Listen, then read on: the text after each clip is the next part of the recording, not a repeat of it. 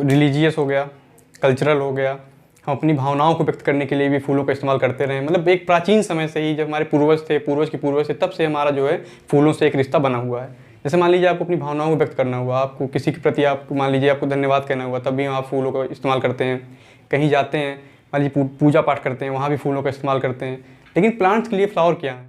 मैं अनुराग सिंह आप सभी का स्वागत करता हूँ आपके खूबसूरत से प्लेटफॉर्म गूगल केमिस्ट्री पर। आज हम जो है एक नया चैप्टर शुरू करने वाले हैं क्लास 12th का, जो है आपको बॉटनी का पहला चैप्टर है, आपके यूनिट फर्स्ट का चैप्टर है, जिसका नाम है sexual reproduction in flowering plants. ये चैप्टर बेसिकली हमारा जो है 2 टर्म से मिलकर बना हुआ है। पहला टर्म इसमें है सेक्सुअल रिप्रोडक्शन, दूसरा टर्म इसमें फ्लावरिंग प्लांट्स। सेक्सुअल रिप्रोडक्शन को समझने के लिए हमें सबसे पहले ये समझना जरूरी है कि रिप्रोडक्शन क्या होता है। देखिए, रिप्रोडक्शन जो है आपने पहले भी सुना है, पढ़ा है, समझा है, लेकिन आज हम इसको जो है एक नए नज़रिए से देखेंगे कि रिप्रोडक्शन होता क्या है, इसका सिग्निफिकेंस क्या है, किन किन चैप्टरों से हम इसको लिंक कर सकते हैं। तो रिप्रोडक्शन को हमने एक बहुत ही बेसिक डिफिनीशन जो है यहाँ पर लिखी हुई है, आइए इसको देखते हैं। It is a biological process by which offsprings are produce. ये हमारा एक बायोलॉजिकल प्रोसेस है जिससे कोई भी स्पीसीज जो है अपने नेक्स्ट जनरेशन का फॉर्मेशन करती है। दूसरा टॉपिक यहाँ, दूसरा पॉइंट हमने यहाँ पर लिखा हुआ है, it ensures the continuity of species generation after generation. इस प्रोसेस से हमारे अर्थ पे जो स्पीसीज की कॉन्टिन्यूटी है वो लगातार बनी हुई रहती है। एग्जाम्पल के तौर पे देखिए, आप अपने परिवार में देखते हैं, आपके दादाजी थे, दादाजी के बाद आपके पिताजी आए, पिताजी के बाद आप आए, आपके बाद आपकी नेक्स्ट जनरेशन आएगी। ये क्रम इसी प्रकार से जो है जारी रहेगा। तीसरा पॉइंट हमने यहाँ पर लिखा हुआ है, it is a fundamental feature of all living organisms. ये पॉइंट जो है आपका इंपॉर्टेंट पॉइंट है, इस पर आप जो है स्टार लगा लेंगे। ये आपका जो है इंपॉर्टेंट पॉइंट है।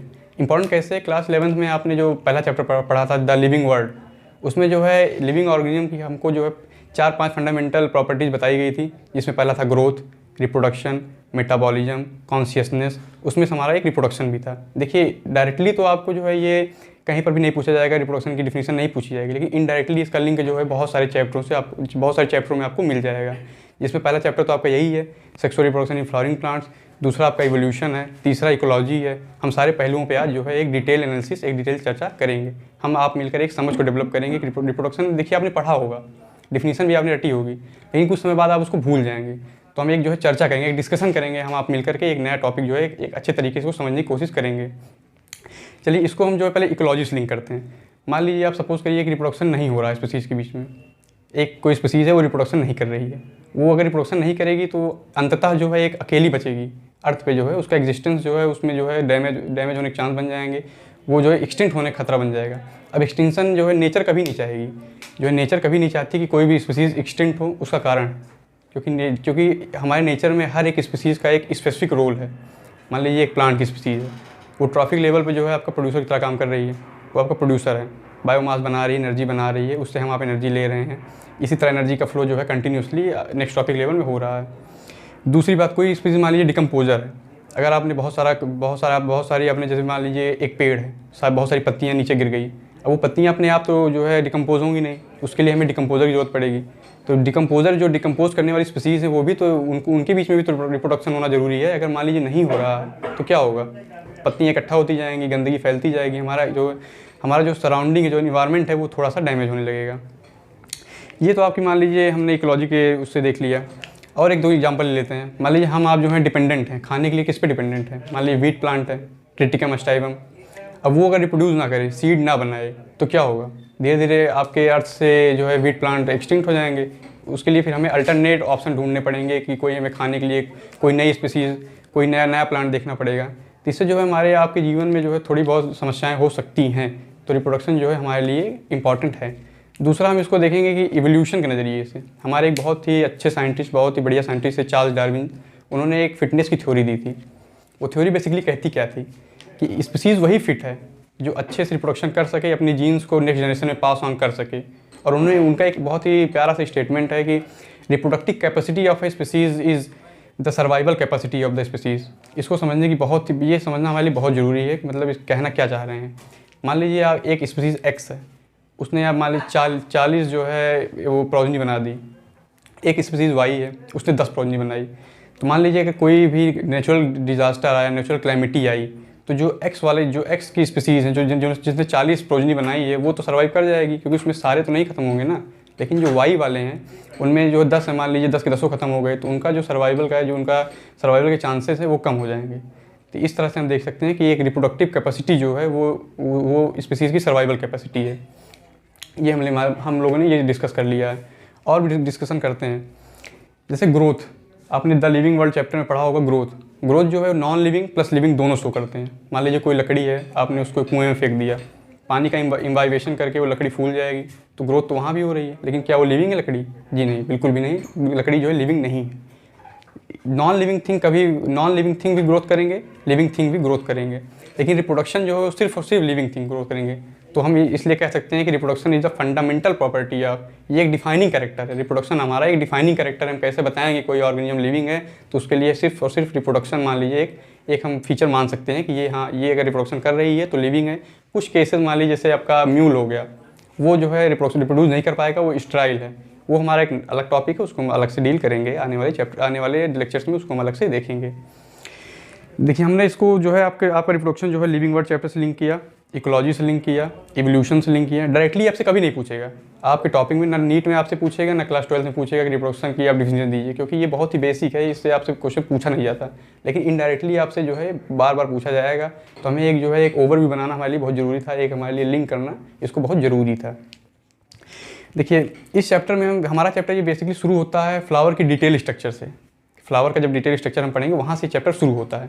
लेकिन उसके पहले हमें जो है एक समझ बनानी, हमको एक अंडरस्टैंडिंग बनानी जरूरी है टॉपिक की, तभी आप जो है वहाँ से आप समझ पाएंगे। वहाँ हम देखेंगे फ्लावर में सेक्सुअल रिप्रोडक्शन, अभी हम केवल रिप्रोडक्शन देख रहे हैं। चलिए, ये हो गया। अब हम बात करते हैं इसकी टाइप के, कि कितने टाइप के रिप्रोडक्शन होते हैं। तो इसमें आपका दो टाइप है, पहला है सेक्सुअल रिप्रोडक्शन, दूसरा है एसेक्सुअल रिप्रोडक्शन। तो उसको हम आइए डिटेल में देखते हैं। रिप्रोडक्शन का हमने एक बेसिक जो है इंट्रोडक्शन देख लिया था, तो हमने उस सारी पहलू पर चर्चा कर ली थी। उसको हमने जो और चैप्टर्स हमसे लिंक कर लिया था, जैसे मान लीजिए लिविंग वर्ल्ड से लिंक किया, इकोलॉजी से लिंक किया, इवोल्यूशन से लिंक किया। अब हमें जो है उसका टाइप समझने की ज़रूरत है, क्योंकि हमारा जो रिप्रोडक्शन जो है दो टाइप का है। पहला जिसमें हमारा है एसेक्सुअल रिप्रोडक्शन, दूसरा है सेक्सुअल रिप्रोडक्शन। इनके बीच में जो है कुछ डिफरेंसेस हैं, कुछ क्वालिटीज़ हैं उनकी अपनी, उस पर हम जो है चर्चा करते हैं। तो इसमें हमारा जो पहला पॉइंट है, एसेक्सुअल रिप्रोडक्शन में सिंगल पेरेंट इन्वॉल्व, वहीं सेक्सुअल रिप्रोडक्शन में 2 पेरेंट्स आर इन्वॉल्व। देखिए, जो आपका एसेक्सुअल रिप्रोडक्शन है उसमें आपका एक ही पेरेंट जो है वो कैपेबल है ऑफस्प्रिंग बनाने के लिए, लेकिन आपके वहीं सेक्सुअल रिप्रोडक्शन में जो है 2 पेरेंट्स जो है लगेंगे। उसका भी कारण है, उसको हम जो है अपने नेक्स्ट पॉइंट में देखेंगे। देखिए, सेकंड पॉइंट यहाँ पर है, gamete formation does not occurs while in sexual reproduction gamete formation occurs. अब गैमीट क्या है, आपके दिमाग में पहली बात आएगी कि गैमीट्स होते क्या हैं हमारे। तो गैमीट्स हमारे बॉडी की जो है वो रिप्रोडक्टिव सेल्स हैं। यही सेल्स आपस में फ्यूज करेंगे, फर्टिलाइजेशन करेंगे, जिससे हमारा जाइगोट बनेगा। हमारी जो ह्यूमंस की जो लाइफ की, किसी भी स्पीसीज़ की लाइफ की जो शुरुआत होती है, जो भी सेक्सुअल रिप्रोडक्शन करते हैं, वो सिंगल सेल से होती है, जिसे हम जाइगोट कहते हैं। उनमें जो है डिवीज़न होगा, डेवलपमेंट होगा, डिफ्रेंशिएशन होगा, जिससे जो हमारी एक पूरी बॉडी बन जाएगी। आखिर में एक पूरी स्पीसीज़ जो है आपकी बन जाएगी, डिफरेंट ऑर्गन बन जाएंगे, उनके बीच में एक कोऑर्डिनेटेड सिस्टम होगा जो फिर वाइटल फंक्शंस करेंगे। देखिए, एसेक्सुअल और सेक्सुअल रिप्रोडक्शन में जो डिफरेंस था, उसमें हमारा तीसरा पॉइंट है, fertilisation does not occurs in asexual reproduction while fertilisation occurs in sexual reproduction. देखिए, बेसिकली जो है फर्टिलाइजेशन की हम डिफिनेशन क्या आते हैं कि fusion of male and female gametes which results in formation of zygote. तो देखिए, यहाँ पर गैमीट बन नहीं रहे सेक्सुअल में, तो फ्यूजन कोई सवाल ही पैदा नहीं होता।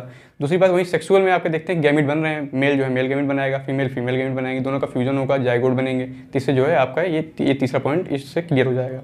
चौथा पॉइंट हमारे डिफरेंसेस में जो चौथा पॉइंट वो है कि एसेक्सुअल रिप्रोडक्शन में हमारा वेरिएशन जो है डज नॉट प्रेजेंट, वेरिएशन आपको इसमें देखने को नहीं मिलेगा। वहीं सेक्सुअल रिप्रोडक्शन में आपको वेरिएशन देखने को मिलेगा। देखिए, ये जो पॉइंट है ये भी हमारे प्रीवियस पॉइंट से जुड़ा हुआ है। हमारे जो गैमीट्स होते हैं उसमें इन्फॉर्मेशन होती है। मान लीजिए मेल से जो कैरेक्टर्स आ रहे हैं वो गैमीट थ्रू आ रहे हैं, फीमेल से कैरेक्टर आ रहे हैं गैमीट थ्रू आ रहे हैं, दोनों में फ्यूजन हुआ तो हमें कभी कोई हाइब्रिड कैरेक्टर देखने को मिल सकते हैं। मान लीजिए मेल का जो है हेयर कलर ब्लैक है, फीमेल का भी ब्लैक है, लेकिन ज़रूरी नहीं है कि जो हमारी प्रोजेनी बन रही है उसका भी हेयर कलर ब्लैक ही हो, वो ब्राउन भी हो सकता है। वैसे आप आई कलर के लिए देखते हैं, हाइट वेट में आपको जो फ़र्क देखने को मिल जाएगा। वहीं एसेक्सुअल रिप्रोडक्शन में जो प्रोजेनी होगी वो बिल्कुल पेरेंट की डिक्टो होगी, मतलब एक रेप्लिका आप मान लीजिए, बिल्कुल जैसे आप फोटो कॉपी करके निकाल लें किस चीज़ की, तो वो आपका एसेक्सुअल में है। तो यहाँ पर जो है कोई वेरिएशन देखने को नहीं मिलेगा, लेकिन सेक्सुअल रिप्रोडक्शन में आपको वेरिएशन देखने को मिलेंगे पॉपुलेशन के अमंग में। मान लीजिए और समझते हैं इसको, जैसे ह्यूमंस का एग्जांपल ले लीजिए, आप अपने आसपास देखते होंगे, क्या सभी लोग एक जैसे दिखते हैं? बिल्कुल नहीं, उनमें कुछ ना कुछ डिफरेंसेस जो है हमें देखने को मिल सकते हैं। अब एग्जांपल देखते हैं कि एसेक्सुअल का एग्जांपल क्या है। तो एक हमने एग्जांपल यहाँ पर लिखा हुआ है बडिंग इन हाइड्रा, वहीं सेक्सुअल का एग्जांपल हमें लिखा हुआ है ह्यूमंस। आपको पता है ह्यूमन जो है सेक्सुअली रिप्रोड्यूस करते हैं, लेकिन एसेक्सुअल में हमने जो है बडिंग इन हाइड्रा, थोड़ा सा इसको जो है फिगर के थ्रू देखते हैं बडिंग इन हाइड्रा क्या होता है। एसेक्सुअल में हमने जो एग्जांपल लिया था वो था बडिंग इन हाइड्रा। तो हम इसको जो है एक फिगर के हेल्प से पूरा इसका डिटेल एनालिसिस करेंगे। देखिए इसमें आपके सारे पॉइंट्स क्लियर हो जाएंगे, कैसे सिंगल पेरेंट इन्वॉल्व है, गैमेट का फॉर्मेशन नहीं है, वेरिएशन हो नहीं रहा है, तो ये सब इस फिगर से बिल्कुल क्लियर हो जाएगा। देखिए ये आपकी पेरेंट हाइड्रा है, पेरेंट बॉडी है आपका ये जो है पेरेंट बॉडी है। अब यहाँ आप देखेंगे कि आगे चल के इसमें एक स्मॉल आउट ग्रोथ, एक छोटा सा बड का मतलब यही होता है, एक आउट ग्रोथ, एक छोटा सा मतलब कि एक स्ट्रक्चर बनना शुरू हो जाता है। तो ये आपकी लेटरल पोजीशन पर एक छोटा सा आउट ग्रोथ होना शुरू हो जाएगा। यही आगे चल के थोड़ा और डेवलप्ड होगा। उसके बाद एक फाइनल स्टेज आएगी जहाँ पर ये जो आपका आउट ग्रोथ बना हुआ है ये एक पूरा एक प्रोजनी, एक पूरी बॉडी बना देगा। ये आपका जो है प्रोजनी बॉडी। आप यहाँ पर आसानी से देख पा रहे हैं कि जैसे आपका पेरेंट है बिल्कुल सेम डिट्टो, बिल्कुल उसी जैसे आप कार्बन कॉपी मान लीजिए वैसा आपका प्रोजनी है। जिससे आपके जो पॉइंट था कि वेरिएशन नहीं होता है सेक्सुअल में, वो आपको क्लियर हो गया। सिंगल पेरेंट इन्वॉल्व है। आप देखिए यहाँ पर एक पेरेंट से ही जो है प्रोजनी बन रही है। गैमीट्स का फॉर्मेशन आपको इस पूरे स्टेज में बताइए, A B C D जितनी भी स्टेजेस हैं इनमें आपको कहीं गैमीट का फॉर्मेशन होता है वो दिख रहा है? बिल्कुल भी नहीं। इससे हमारा जो है सारे पॉइंट जो है इस एग्जाम्पल से हमारे प्रूफ हो गए। हमारा जो चैप्टर है बेसिकली यहाँ शुरू होता है कि एनसीईआरटी में जो मेंशन किया हुआ है फ्लावर से जो है हमारा चैप्टर बिल्कुल शुरू होता है। उसके पहले हमने जो बताया वो एक इंट्रोडक्शन पार्ट था। आपकी एक सोच हमने जो है एक समझ डेवलप करने की कोशिश की थी। मुझे आशा है कि आपको पसंद आई होगी। लेकिन हमारा चैप्टर जो है यहाँ शुरू होता है फ्लावर से। देखिए एनसीईआरटी कहती है कि फ्लावर का इंपॉर्टेंस हमारे जीवन में बहुत कई प्रकार से है।